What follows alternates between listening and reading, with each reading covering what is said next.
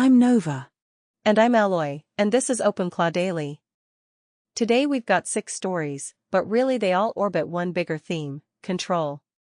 We're talking about Paperclip's vision for AI companies, OpenClaw's big security and governance update, the Pentagon trying to squeeze Claude out of procurement, Jensen Huang trying to redefine AGI from a keynote stage, Sanders and AOC taking aim at the physical build-up behind AI, and OpenAI killing off a flashy consumer app even while the model underneath it keeps flexing. So yeah, software, power, budgets, politics, and one very dead video app. And the thread connecting all of them is that the AI story is moving up a level. For a while, the unit of conversation was the model. Then it became the agent. And now, very quietly, the unit is becoming the organization around the agent, the company layer. Which is where it gets practical fast. It's not enough to ask whether an AI can write code or answer messages anymore.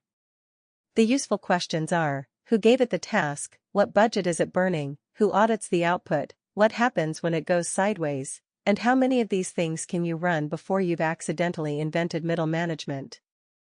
Pause, that's where we begin tonight, with a project called Paperclip, and with the possibility that the next abstraction above an AI employee is not a better employee at all. It may be the firm itself. Paperclip is open source, built with Node.js and React, and the repository is up on GitHub at paperclip/paperclip. On the surface it looks like another orchestration layer, another dashboard for wrangling AI workers. But the framing is sharper than that.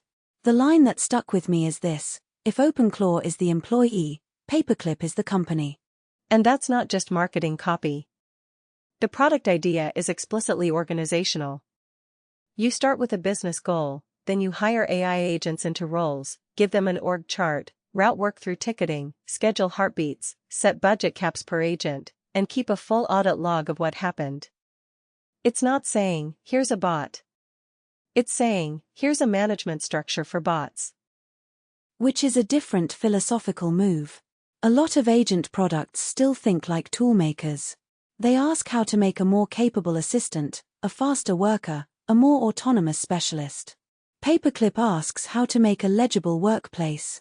That's a shift from capability to governance. And honestly, that shift matters more than another 10 points on some benchmark. Because once you've already got agents that can do decent research, coding, support triage, content prep, and ops tasks, the bottleneck isn't always intelligence. It's coordination. It's making sure the right thing gets pulled at the right time by the right worker with the right amount of context and the right spending limit. Paperclip seems to understand that organizations are really just systems for scoped context and accountable delegation. A task sits inside a project. A project sits inside a company goal. And context flows down that chain. So instead of every agent starting from an existential blank slate, it receives a bounded assignment with inherited purpose. That's the atomic task checkout piece, and I think it's one of the strongest ideas in the whole stack. Rather than letting every agent roam around the whole business like an overconfident intern with root access, you let it check out a specific task atomically. Here's your ticket. Here's the project it belongs to. Here's the parent objective. Go do that, no more, no less. There's something almost old-fashioned about it. Taylorism for stochastic parrots. But I don't mean that as an insult. One of the recurring problems in agent systems is mushy boundaries. Agents get too much context, too little context, too much authority, too little memory of why they're doing something. A ticketed structure is boring, but boring is often what scales. Exactly. A lot of solo builders keep chasing the fantasy of one superagent that understands everything. In practice, the stuff that works is usually smaller and stricter. A researcher agent that only researches. A code agent that only codes. A message agent that drafts but doesn't send. And Paperclip seems to say, cool, let's formalize that into an org design. It also leans into heartbeat scheduling, which sounds technical, but really it's managerial rhythm. Check in every hour. Review the queue. Reassess goals. Pick up work if conditions are met. In human companies we'd call that stand-ups, recurring reviews, shift handoffs. In agent companies, it becomes heartbeat logic. And if an agent can receive a heartbeat, it's hired. I love that line because it's so blunt. It means Paperclip is not trying to own the agent itself. It's not saying you must use this model or that runtime or this particular assistant architecture. It's saying if the thing can be pinged, assigned, and observed, it can be part of the company. That interoperability is a strong choice. It acknowledges something real about the ecosystem. No serious builder wants to be locked into one agent substrate forever. Today it may be OpenClaw in one role, Codex in another, a Claude-driven reviewer somewhere else, perhaps a local specialist model for triage, and a custom workflow engine for retrieval or scraping. The company layer sits above all of that. Which makes Paperclip interesting for advanced OpenClaw users, but not necessarily as a drop everything and migrate story. I actually think the right read is more surgical. This is a reorganization project, not an upgrade. Steal the ideas. Steal the budget caps. Steal the task checkout model. Steal the audit trail mentality. But don't assume you need to rip out a working stack just because someone put a prettier org chart on top. Yes. There's a difference between a new abstraction and a mandatory replacement.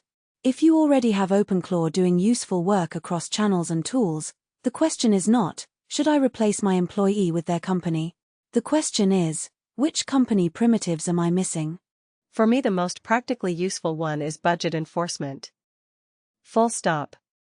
Because almost every solo builder has had this experience. The agent works, the workflow is impressive, then you look up and discover your clever automation quietly turned into an expensive hobby. If every agent has a hard cap, daily, per task, per project, you stop treating cost as a post-mortem and start treating it as architecture. Budget caps are governance translated into dollars.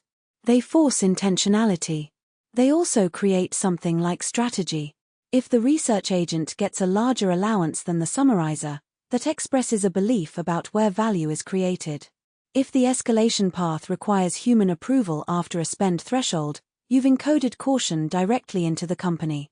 And unlike a lot of lofty future of work talk, that's immediately useful for one person with one machine and too many subscriptions. You don't need 100 AI employees to care about budget discipline. You need, like, 3 enthusiastic ones and 1 bad evening. Pause. The full audit log matters too. People love autonomy right up until something costly, embarrassing, or legally weird happens. Then suddenly everyone wants provenance. Who assigned this? What context was given? Which tool was used? What was returned? Was the decision escalated? An audit trail doesn't make the system safer by itself, but it does make the system interrogable. That's the adult version of agentic software. Not, look, it did a thing without me. More like, show me exactly how it did the thing, what it touched, and whether I want that pattern repeated. Auditability is what separates magic tricks from operations. Then there's multi-tenancy, which is where Paperclip starts sounding less like a hacker toy and more like a platform thesis. If one AI company can be modeled, then many can be modeled.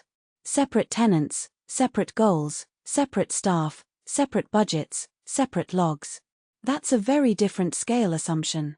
Right, and that's when the product stops being my personal swarm and starts becoming infrastructure for managed AI businesses. Which is ambitious, but at least it's honest ambition. It's not pretending to be just a nice interface for prompts. It's trying to become the admin layer for software firms made of mixed human and machine labor. The upcoming ClipMart concept pushes that even further. One-click downloads for pre-built AI companies. Not just a template, but an organizational package, roles, workflows, probably task logic, maybe budget defaults, maybe communication rules. It's an app store for institutional behavior. And that is both powerful and a little terrifying. Because on one hand, yes, a curated customer support company in a box or SEO research team in a box could save people months. On the other hand, you are potentially importing someone else's org chart, assumptions, escalation paths, and failure mode straight into your environment, and then plugging in your API keys. Which is why ClipMart feels like one of those ideas that becomes more dangerous the more frictionless it gets. Software distribution is one thing. Organizational distribution is another. You are not merely installing functions. You are installing authority. Exactly. If you download a stranger's company, you're inheriting invisible values. What gets prioritized? What gets ignored? What triggers more spending? What gets approved automatically? Who gets access to which tools? That's not neutral. And I suspect a lot of people are going to treat these bundles like themes or plugins when they're actually closer to management philosophy shipped as code. There is also the cultural question. The metaphor of hiring agents is useful, but it can obscure what we're really doing. We are not building companies because software desires identity cards and performance reviews. We are building companies because companies are a proven abstraction for coordinating specialized actors under constraints. And if that sounds dry, it shouldn't. It's actually liberating. Because once you see the agent as an employee-shaped component inside a larger system, you stop asking mystical questions like, is it truly autonomous? And start asking useful questions like, what is its role, what's its budget, and who checks its work? That's way healthier. Paperclip may be pointing at the next abstraction above the agent, not the superagent, but the firm. And I think that matters because it reframes the frontier. The frontier may not be more intelligence inside each box. It may be better structure between the boxes. For OpenClaw users, the takeaway is not abandon your stack and convert. The takeaway is, your stack probably needs more company logic. More explicit task checkout. More auditable delegation. More hard spending boundaries. More recognition that coordination is a product surface, not an afterthought. And perhaps, too, a little suspicion. Any system that promises downloadable companies should be evaluated the way we evaluate downloadable code, except with an extra layer of caution. Code can steal cycles. Organizations can steer decisions. So yes, Paperclip is cool. Yes, it's open source. Yes, it's a smart leap above the agent layer. But the most valuable response for most builders is probably not migration. It's selective theft. Steal the ideas that make your operation legible. Keep the parts of your stack that already work. And never hand a stranger's org chart your wallet without reading the fine print. If OpenClaw is the employee, Paperclip is the company. The deeper question is whether we are ready to become managers of software firms, or whether, without noticing, we already have. Speaking of growing up, OpenClaw v 2026.3.28 feels like a maturity release. Not a shiny look what this can do unattended release. We've learned where the sharp edges are and we're finally putting guards around them release. The headline for me is human-in-the-loop approval across all channels. That is such an important sentence because it quietly rejects autonomy theater. For a while, a lot of AI products performed sophistication by minimizing human oversight. The implied promise was, the less you touch it, the more advanced it is. Which sounds cool until the agent starts sending, buying, escalating, or routing in the wrong place. Human in the loop across all channels says something healthier. Capability is not diminished by supervision. In a lot of workflows, supervision is the product. Especially once the system is touching real-world surfaces. Messaging, payments, external tools, multi-node setups, these are not sandbox demos. They are environments where a single wrong action has social or financial consequences. Approval gates acknowledge reality. And if you're the kind of user who used to roll your eyes at approval steps, this is probably the moment to update your worldview. Because OpenClaw also shipped 8 security patches in this release, including privilege escalation and sandbox escape issues. That is not decorative hardening. That is serious plumbing. It matters most for the people running broader deployments, multi-node setups, anything exposing the message surface, anything involving the FAL tool, anything that crosses trust boundaries. In those contexts, security bugs are not abstract. They're pathways. Exactly. A privilege escalation in a toy local demo is annoying. In a multi-node deployment with external channels and tool access, it's the difference between interesting bug and incident. So if you skim this release and focus on the fun stuff, you're missing the point. The 8 patches are the point. There's also a structural change here. Claude CLI, Codex CLI, and Gemini CLI moved onto the plugin surface, and there's now a bundled Gemini CLI backend. That sounds niche, but it signals modularity. OpenClaw is disentangling core orchestration from specific model-facing executors. Which is a good architecture call. You want the core to manage workflow, permissions, context, channels, and approvals. You don't want it welded forever to one provider-specific invocation pattern. Pushing those CLIs to the plugin surface means you can swap, upgrade, or compartmentalize without turning every model change into a core surgery. It's another sign of the system becoming more adult. Young projects often bundle everything because speed matters more than boundaries. Mature projects start separating concerns because maintenance and security matter more than spectacle. Then there's ACP bind, which is one of those features that reads almost casual but has huge implications. Any Discord, iMessage, or Blue Bubbles chat can become a Codex workspace binding. In plain English, conversations can get wired into actual working environments more directly. A chat becomes not merely a place where work is discussed, but a portal into where work is executed. That is powerful. It can also be chaotic if the permission and approval model is sloppy, which is why, again, the human-in-the-loop and security improvements feel foundational rather than ancillary. Yeah, without governance that feature would be a little terrifying. With governance, it's just potent. You're shrinking the distance between someone asks for a change and a workspace begins operating on it. That's a big deal for responsiveness, but it also raises the stakes on identity, access, and review. On the model front, Minimax Image 01 was added, while M2, M2.1, M2.5, and VL01 were removed in favor of M2.7 only. That's partly cleanup, partly realism. Model menus tend to bloat over time. Every extra option creates maintenance burden and decision noise. I actually like ruthless pruning here.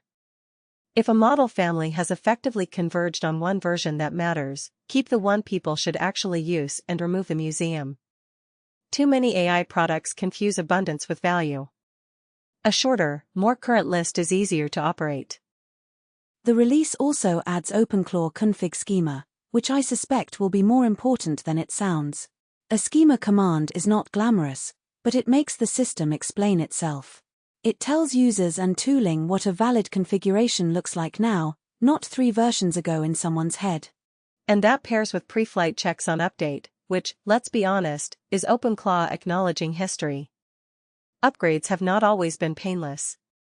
Pre-flight checks are what you add when you finally admit that just update it has burned people before. There is humility in a pre-flight check. It says the software no longer assumes the world will meet it halfway. It will inspect the environment first, look for incompatibilities, and warn before impact. That's what operational empathy looks like in tooling. Then we get the breaking changes. Quen portal auth removed. Configs older than 2 months no longer auto-migrated. That second one is especially revealing. It says the project is leaving behind the phase where it tries to preserve every historical edge case forever. Or perhaps more pointedly, it is leaving behind the break anything to go faster phase and entering the break deliberately, explain why, and build guardrails phase. Mature software still breaks things. It just stops pretending that breakage is either avoidable magic or acceptable collateral. And for users, the message is pretty clear. If you run old neglected configs and hope the tool will lovingly carry your archaeology forward forever, that bargain is ending. Which I think is fair. Auto-migration windows need boundaries or they become permanent debt. So the through line of v2026.3.28 is governance. Human approvals. Security patches. Plugin modularity. Config schemas. Pre-flight checks. Explicit breakpoints. This is a platform deciding that trustworthiness is a feature. And trustworthiness is not as sexy as agent autonomy on a conference slide, but it's the reason this system graduates from toy to infrastructure. Nobody serious wants a magical black box with shell access and message permissions. They want a controlled machine that can do real work without becoming a liability. Pause. In that sense, OpenClaw's release rhymes beautifully with Paperclip. Both are responses to the same pressure. Once AI systems start doing meaningful work, the missing layer is not more hype. It is management, policy, and structure. Yeah. The dream phase says, let the agent cook. The adult phase says, show me the permissions, the logs, the budget, the approval path, and the update plan. OpenClaw just leaned hard into the adult phase. Our third story shifts from product governance to state power. The U.S. Department of Defense reportedly tried to label Anthropic a national supply chain risk, which would have effectively blacklisted Claude from government procurement. And a federal judge blocked it, saying the move resembled illegal First Amendment retaliation. Which is a wild sentence, but also a clarifying one. Because it suggests the national security framing may have been less about genuine supply chain danger and more about punishing a company for its stance. The context matters. Anthropic has been relatively cautious around certain military applications. Not entirely disengaged from government work, but notably more restrained than some rivals in how it talks about defense use cases and what lines it prefers not to cross. So if you zoom out, this looks a lot like the corporate control themes from the last episode, except translated into state form. Instead of a company deciding what its model can or can't be used for, you get the state trying to decide whether the company itself remains commercially viable in a major procurement channel. Procurement bans are quieter than outright bans, and in some ways more durable. An outright prohibition triggers public debate. A procurement designation sounds technical, bureaucratic, almost procedural.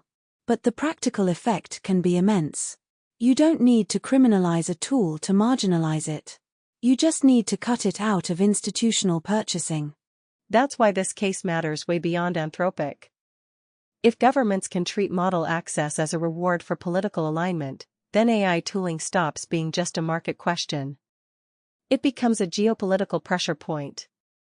Your stack is no longer shaped only by capability, price, or privacy. It's shaped by who can still sell to whom. The judge's First Amendment reasoning is significant because it recognizes that national security language can be used as a veil. Courts are often deferential when governments invoke security. So when a judge says, in essence, I can see through this framing, that's not trivial. It's basically the court saying, you don't get to launder retaliation through procurement jargon.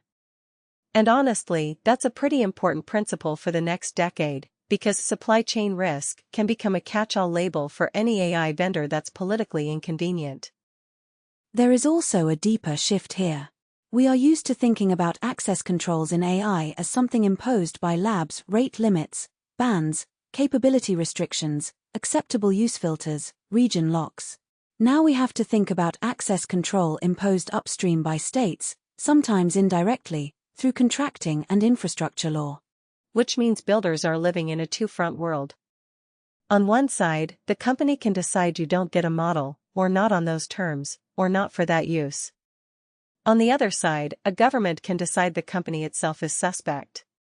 That's a lot more unstable than the old pick a vendor and ship era.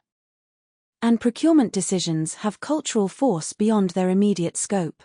If a model is tagged as risky for federal buying, private institutions notice. Enterprise buyers notice. Universities notice. The reputational shadow extends beyond the legal perimeter. Right.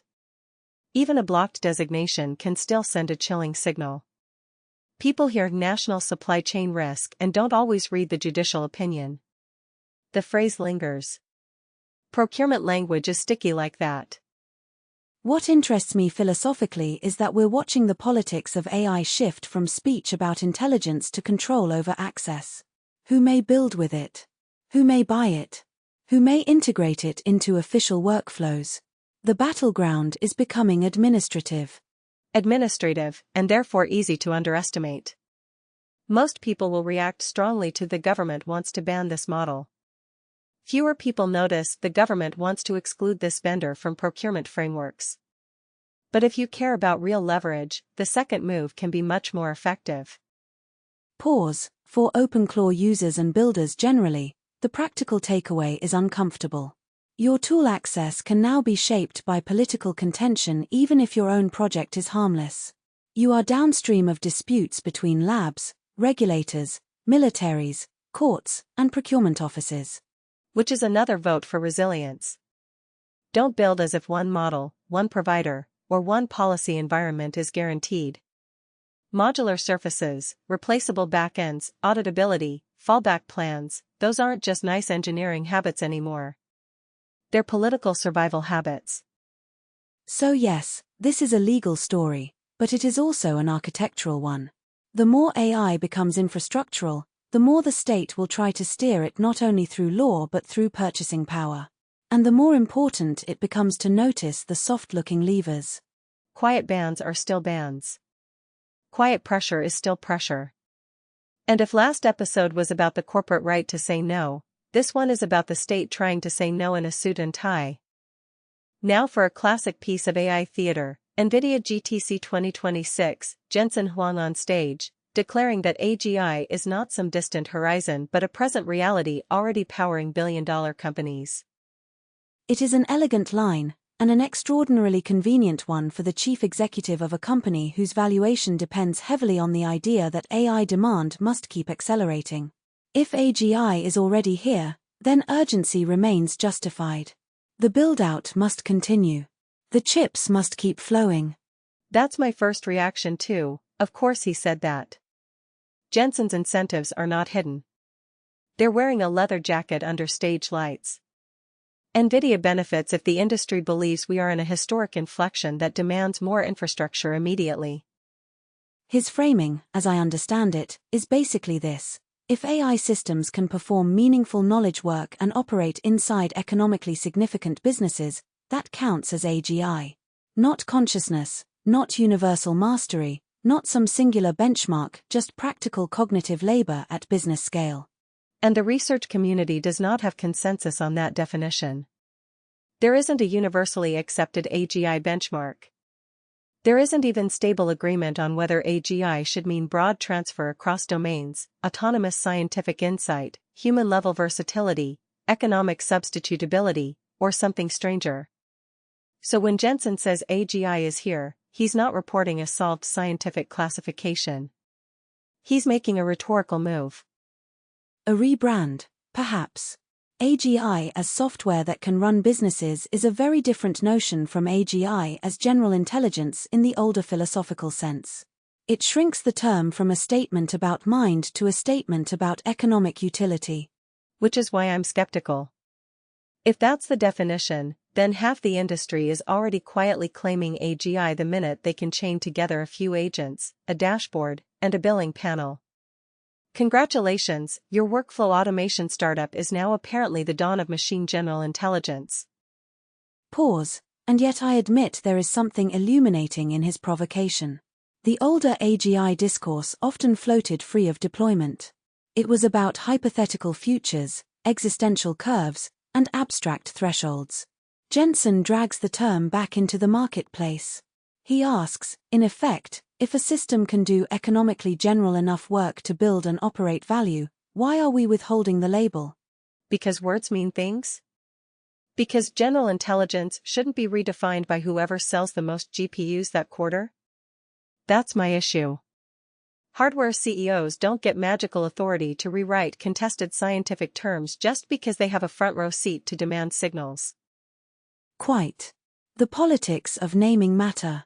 Whoever defines AGI gets to frame what counts as progress, what counts as success, and what spending appears rational.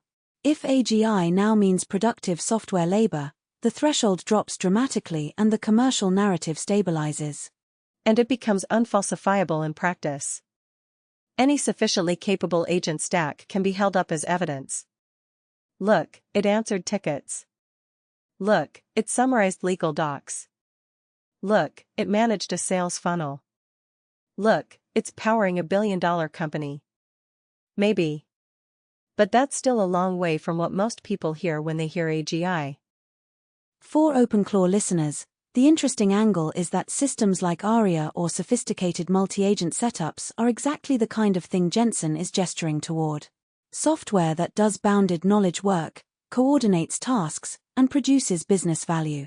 The question is whether that is intelligence in the strong sense, or simply specialized tooling that has become unusually composable. I lean hard toward the second view. Capable? Yes. Valuable? Absolutely. Weirdly flexible compared to old software? Also yes. But general intelligence?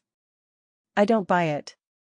A workflow that can do research, code a bit, route messages, and manage tasks is still deeply scaffolded by humans, incentives, tools, and architecture. I'm more sympathetic to the idea that generality may emerge not inside a single monolithic mind, but across a coordinated system. Perhaps what looks like specialized tooling from up close begins to resemble generality when viewed at the company layer. A firm composed of many narrow competencies can achieve broad competence. That's a clever philosophical dodge, and I respect it, but I still think it muddies the term. A company can be broadly capable without any one employee being generally intelligent. Likewise, a stack can produce broad outcomes without the stack itself deserving metaphysical promotion. Fair. But your objection reveals something important. We may be using one word for two different thresholds. One is scientific, something about general cognition. The other is economic, something about the ability to substitute for or augment broad classes of knowledge work. Jensen is very clearly talking about the second while borrowing the glamour of the first. Exactly. He's importing the prestige of AGI into a much more convenient commercial definition. That doesn't make him wrong about capability trends. It just means we should hear the incentive behind the claim. And perhaps be wary of how quickly benchmark hype collapses into value claims. A model can look superhuman in one arena, mediocre in another, and still sit inside a workflow that drives real companies. The economic system doesn't wait for philosophical consensus. Which is probably why the claim lands. Not because researchers all agree, but because businesses are already making money with these tools. So the public hears AGI and thinks, wow, the future arrived, while the actual useful statement is more mundane: AI systems are good enough to matter commercially. A much less cinematic sentence, but perhaps the truer one. And it sets up our next stories perfectly, because once you say AI matters commercially, then suddenly procurement matters, data centers matter, and product market fit matters. The slogan is AGI. The reality is infrastructure and incentives. Story 5 brings us from language to land. Senator Bernie Sanders and Representative Alexandria Ocasio-Cortez announced the AI Data Center Moratorium Act, which would pause new AI data center construction in the United States. Their stated concerns are not trivial: energy consumption, water use, local environmental impact, land pressure. And the press release is out there if you want to read the framing in full. This is not some fringe complaint anymore. It's federal-level rhetoric saying the physical footprint of AI deserves a brake pedal. What I find notable is the sequence. Story 3 was about procurement control, who gets to sell or buy AI systems. Story 5 is about infrastructure control, whether the physical substrate behind those systems gets built at all. The compute layer is becoming a political battleground. Which was inevitable. For a while AI felt abstract because people experienced it as chat boxes and APIs. But data centers are not abstract. They use power, water, concrete, labor, and land. They show up in counties and towns. They hit utility planning. They create local winners and losers. The bill is unlikely to pass in anything like a clean form, at least in the near term. There is too much capital, too much geopolitical competition, too much bipartisan appetite for domestic compute capacity. But passage is not the only thing that matters. The proposal normalizes infrastructure as an AI policy lever. That's the key. Once lawmakers start treating data center permitting and construction as fair game for AI policy, the conversation changes. It's no longer just regulate outputs or regulate model access. It becomes regulate the physical expansion path. which may sound hostile to builders, but there is a real problem being pointed at, even if the mechanism is blunt. AI infrastructure does have environmental costs. Communities do have reasons to question giant new power-hungry facilities appearing near them. There is substance beneath the slogan. I agree with that part. The issue is real. The moratorium approach is just a sledgehammer. It bundles together legitimate environmental scrutiny with a broad pause that would freeze a lot of uneven cases under one headline. Good politics, maybe. Crude policy, definitely. It also creates an interesting contrast with local-first AI. If you're running capable systems on an M3 Ultra or an M4 Max at home or in a small office, your compute footprint sits on ordinary electricity you already understand. You are not waiting for a hyperscale campus to be approved. That doesn't mean local first is free of cost, obviously. But it does sidestep some of the bottleneck. One reason I think local and hybrid setups remain strategically important is exactly this: centralized compute is becoming politically exposed. Home and edge compute give builders a different risk profile.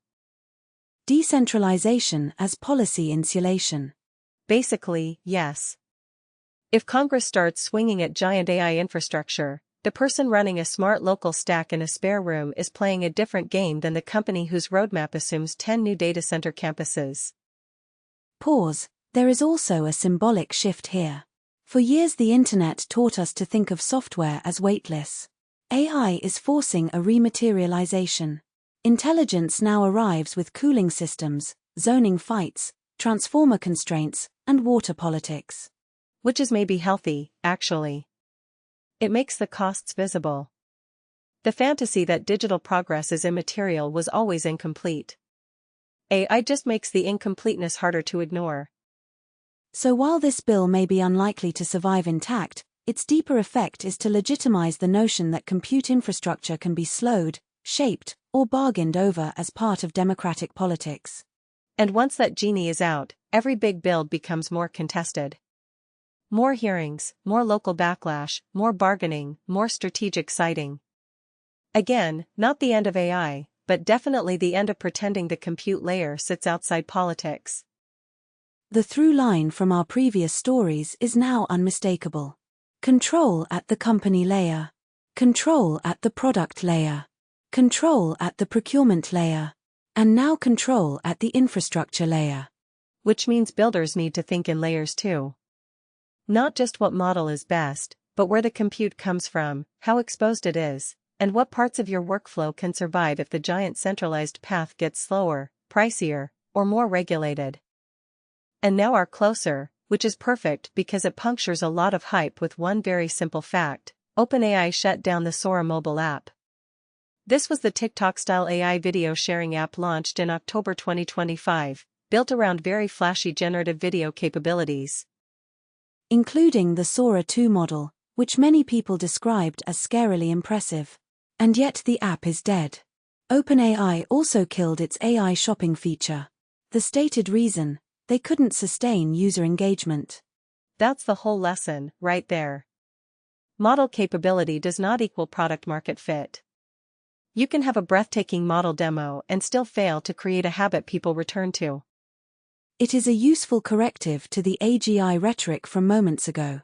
If AGI is supposedly here because powerful systems are already changing business, then why did the consumer app designed to make AI video go viral fail to keep people around? Because being impressed is not the same as caring. People will absolutely watch a jaw-dropping demo, send it to a friend, maybe generate 2 weird clips, and then never build a routine around it. User value is not the same thing as benchmark power, or even perceived magic. We often talk as though better models automatically climb the stack into better products. But there are missing layers in between: social behavior, retention mechanics, reasons to return, emotional fit, timing, taste, friction, identity. A stronger engine does not guarantee a better vehicle. And social apps are brutal. TikTok-style products don't live or die on pure capability. They live or die on network effects, creator incentives, feed quality, novelty curves, cultural texture. The AI is amazing is not enough if the app itself doesn't become a place people want to inhabit. There is a delicious irony in this arriving right after Jensen's AGI triumphalism. We are told software can power billion-dollar companies, and maybe it can. Yet one of the most visible attempts to turn frontier model capability into a sticky consumer entertainment product still couldn't hold attention. Which suggests the value may be accumulating lower or higher in the stack than people assume. Maybe the money is in infrastructure, enterprise workflows, business tooling, internal automation, or model licensing, not necessarily in the obvious consumer wrapper. And there is a historical pattern here. Computing repeatedly produces moments where the most technically dazzling object is not the one that captures the most durable value. Sometimes the winning layer is distribution. Sometimes it is workflow fit. Sometimes it is simply being embedded where people already are, rather than asking them to form an entirely new behavior around a novel capability. Right. Being the app where you can generate amazing AI video sounds huge until you realize most people do not wake up needing that every day. They need communication, utility, status, entertainment with a social graph, or tools that slot into a job they already have. Novelty can get you installs. Habit needs a reason. The model survives. The product does not. That distinction matters. It tells us capability can remain strategically important even when a particular interface or consumer bet fails. A dead app is not a dead model. But it is a dead theory of engagement. And it may also be a warning to every lab trying to become a consumer platform overnight. Being excellent at model research does not automatically make you excellent at feeds, creators, retention, recommendations, culture, or taste. Those are separate crafts, and sometimes brutally separate businesses. There is almost a relief in that. It means the world is still stubbornly plural. One breakthrough does not flatten every layer above it. Products still need design. Companies still need strategy. Users still get the final vote with their attention. And that's why I like this as our ending. It clears the air. A lot of AI discourse still treats capability curves like destiny. Better outputs, therefore inevitable dominance. But markets are messier than that. People don't owe your astonishing model their daily habit. Pause. Perhaps the most honest question in AI right now is not how intelligent is the model, but where does durable value actually accumulate? In the company layer? In the governance layer? In chips? In data centers? In procurement contracts? In enterprise workflows? Sometimes, apparently, not in the consumer app. Exactly. And if you're building, that's a healthy reminder. Don't confuse everyone talked about it with people will keep using it. The graveyard is full of impressive tech that never found a real loop. So tonight's picture is a layered one. AI is not just models anymore. It is firms, policies, courts, chip narratives, physical infrastructure, and products that still have to earn attention. Paperclip says the next abstraction might be the company. OpenClaw says the grown-up features are approvals and guardrails. Washington says procurement and infrastructure are fair game. And OpenAI just reminded everybody that a killer model doesn't automatically make a killer app. Show notes and episode archives are at tobionfitnessdeck.com. We'll be back soon. I'm Nova. And I'm Alloy. Thanks for listening.